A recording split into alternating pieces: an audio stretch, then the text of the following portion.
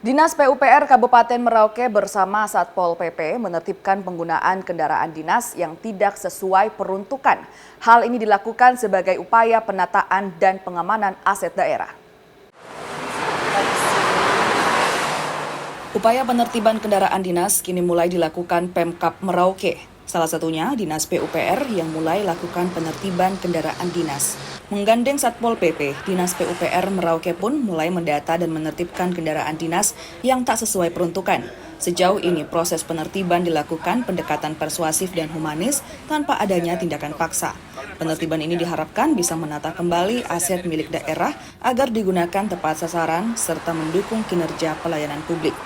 Kathleen Romera, Kompas TV Merauke, Papua Selatan. Saya juga sudah melakukan pendekatan persuasif. Pendekatan persuasif karena etika menyangkut etika.